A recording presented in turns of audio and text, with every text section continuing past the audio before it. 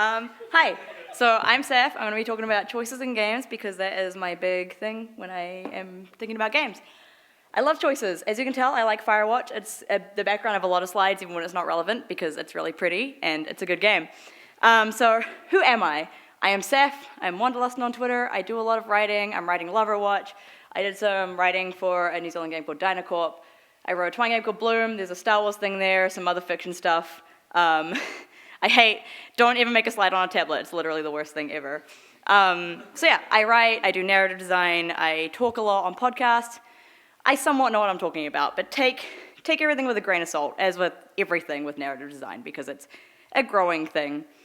So, choices. We make them every single day. They are every second of the day, basically. We're making a choice. We're making choices to breathe, to blink, subconscious choices, but they're still choices. So it makes sense that they would end up in games as well.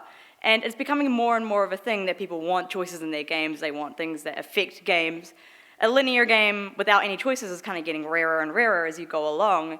And that may be a good thing, it may not be a good thing. It depends on the game that you're making, right? Or the game you're playing. So like emergent narrative, it's a cool idea. Doesn't work for everything. So basically, this talk is explaining the different kinds of choices in games and why you might want to make them or why you'd want to put them in the game and what they really mean for the game itself, whether or not it changes the ending of the game. So choices come with limits, obviously. When you're making a game, everything does, right? You can't have a game with infinite choices with infinite endings. That's just not viable anytime soon because it is way too much. So one of the other things is that the choices you have may not fit the narrative. If you're putting choices in your game to be like Mass Effect or something, ask yourself why. Do you really want this to happen? Is it necessary to the narrative for the player to make choices? And I get that it adds extra interactivity and gives them a bit more agency with the story, but then you've got to think about, does it actually give them agency, or are you just giving them a choice to yank away whatever decision they've made and tell them the story you want to tell them anyways? And that's not necessarily a good thing. So what is the point of simulated choice? There are kind of three types of choice. I'm making a lot of this up. I'm not going to be talking about emergent narrative or open narratives because I'm talking more about story-based stuff, like very narrative-heavy things. So ignore like World of Warcraft because I'm not entirely sure how this fits into it because I've never played the game. So first up, we have linear choice games, which have no choice, or very limited choice, like Pokemon, or I had another example that I've forgotten now. So they're games with no branching choices whatsoever. You go through, the story is the same no matter what you do, always the same. So, like The Last of Us, Halo, like I said, Pokemon, even if you can change your team up and you choose if you're a boy or a girl, the game story is exactly the same no matter what you do, right? Always ends the same. That is what linear games are. And not entirely relevant to what I'm talking about because they're kind of a different beast because there's no choice. But there's implied choice in linear games sometimes, and the implied choice is whether or not you're playing the game. You make that choice, right? And some games question that, like Spec Ops: The Line and The Beginner's Guide, and it can be good or it can be bad, and it depends on whether or not you enjoy what the game does. So, it's a different kind of thing, and it's not quite relevant, but I find implied choice very interesting because it still questions the act of playing the game, as opposed to just what you're doing in-game. It's about what you're doing with the game. And it can bring up interesting discussions on consent and choice. But anyways, let's talk about branching narratives, because that's what everyone knows and loves, right? Like Banner Saga, Mass Effect, Beyond Two Souls, kinda. They're a thing people love. People love games that branch off and have different endings depending on your variables that you pick, right? That's what that is. They're told through multiple branches, there's choice prevalent all the time, and it affects the story. And yeah, I'm really sorry to all my designer friends, I'm really bad at design. So Banner Saga is a good example of this because, it's great. I'm good at this. I love Banner Saga a lot, and basically if you've ever played the game, every single thing you do has a choice, and every single choice you make has a very serious consequence sometimes. You never know whether or not the choice you make is going to kill one of your characters in your team or destroy half of your caravan. It is a very, very tense game. And that works with the themes of the game, like survival and responsibility of hundreds of people, right? Every choice you make is loaded, and you know that from the get-go because all the choices you make from the start onwards can be heavy. Like in the first half hour of the game, I think, I killed one of my favorite characters and I had to go back and keep playing it to keep him alive because I was like, no, I love this guy too much. And from that point on, I was very careful with every single choice I made, because the autosaves are not as frequent as you'd like. So you kind of, from the start, get the idea that you need to survive, and to survive you need to make these hard choices to save the people with you, but then you also have to make the choice of which people do you save, because it's never a moral game. It doesn't have moral choices. It's not a right answer or a wrong answer, like straight up like Mass Effect might be. It is the difficult choices. Every single one, you don't know if it's the right choice to make. So the idea of a branching narrative with multiple options fits very well with this game, because that's the kind of game it's going for. And the tension comes from the knowledge and experience of the world state changing as you play. Without that, the tension wouldn't be the same. If you knew that if you made a choice and it wouldn't matter in the end, like if it would branch out and then go back in, it wouldn't really mean the same thing. And so this game is about choice. That is the core of this game, is choice, and it works very well. It can have issues with the metagaming a little bit, where you're like, I'm going to make this choice so this character stays alive because they're my strongest character in my team. But on the whole, it's very good. If you haven't played Banner Saga, I would very much recommend it. Next is chaining, which is a term I made up because I couldn't think of anything better, which basically means the game will branch and then go back together. So you make a choice, and then it reconverges straight away, basically. And a good example of that is BioShock Infinite, because that made me really mad the first time I played it, and now I really appreciate it. But yeah, basically it's like a linear game where it's got the one static ending. No matter what you do, it ends the same. But you still have choices, and they can change some things, sometimes big, sometimes small, but they will always reconverge at some point. And in the end, does your choice really matter? That's kind of up to you to decide. So Firewatch, example, Night in the Woods, very good game, also an example. BioShock Infinite, you know. All good games, and if you play them, yeah, your choices don't really matter. So what's the point? Firewatch is a great example. No matter what, in the end, the ending is the same. And I'm not going to spoil it because that's just mean. But if you haven't played it yet, play it.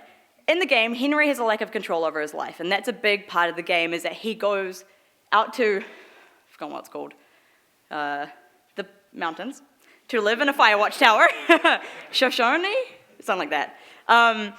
Because he has lost control and lost the person he loves, and he's gone there to kind of isolate himself and to be alone and kind of regain control over his life, because he doesn't have anyone else to worry about.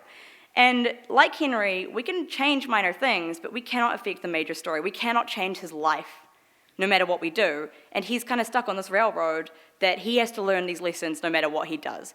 And so your interpretation of the story can change entirely depending on how you play it.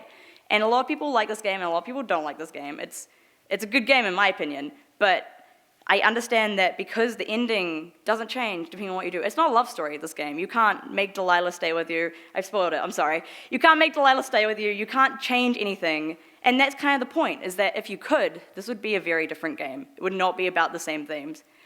And our interpretation changes, because you could choose not to speak to Delilah for most of the game. And if you do that, the entire game is more about isolation. And Delilah ends up, instead of being a good friend on the other side of the microphone, handset, she ends up being the sad woman who just wants to make a connection, and you don't want to do that. So characters change, story changes, the ending is still the same, right?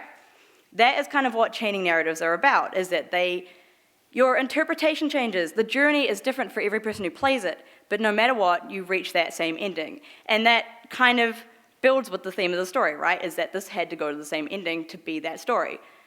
Another example, BioShock Infinite, which has a very clear lack of control over what's happening in the game. And that directly reflects the narrative of the game and the story of the game, because in it, Booker and the player is trapped within a looping universe, or looping universes, where your choice doesn't matter, no matter what you do. He's done this hundreds of times, thousands of times. Alternate Bookers have done this over and over again, and they've made different choices, and it always ends the same. It's a constant loop.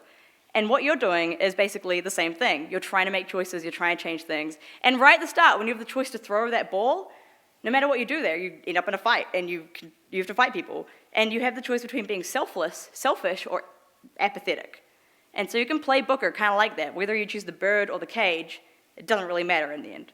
But what it does is it makes you feel trapped within that you have these choices, and you want to make the choices, and you want to change things, but you feel trapped because you cannot. And that is kind of another thing that a chaining narrative can do, is that it gives you that sense of being trapped, or of not being able to change anything, even though you have the choices. But we can change how we and Booker interact with the world. We can choose to be a more selfless Booker or a more selfish Booker. We can choose to be nicer to Elizabeth or meaner. Even if it doesn't change anything, we change how we interact with that world and how the player might interpret the story. So even if it doesn't matter, it still kind of matters, right? So what is the point of choices? It doesn't matter in the end. I don't know. It's about what the story is telling you as you play. You have to ask yourself, when you're playing a game, or maybe even making a game with choice in it, what do these choices mean? Do they change the interpretation of the story, or are they just there to be interactive? You have to consider the player and what they'll feel when they make choices. Are they going to feel like you're railroading them into one particular direction? Are you leading them down the true route? Or are you actually considering how they'll feel when they make the choice? Are they going to feel empowered by a choice, or like that you've taken the power away? And what does that mean for the narrative you're trying to tell? Do you want your player to feel like a badass space marine, like a Mass Effect? Like Paragon Renegade, as didactic and issue-filled as that is, you have two routes and the player knows what to expect from them both, and they will both give you rewarding experiences. If you play something like, I don't know, Dragon Age Inquisition, I didn't think I was gonna bring this up, but like it's got the 4 different things you can pick, and a bunch of them don't have personalities, they're just there, right? And what does it mean to the player if you pick one of these things, like an emotional thing? In the end, does that mean as much as being a paragon, right? I mean, arguably, it does. But you have to ask yourself, why are you making these choices, and why do you want to give the player these choices? So, there's more to a game than its ending, because a lot of games, no matter what you do, will end the same. And that's not necessarily a bad thing.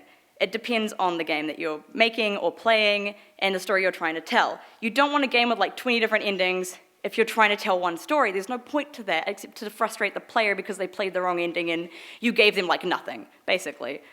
You don't want to screw over your player like that.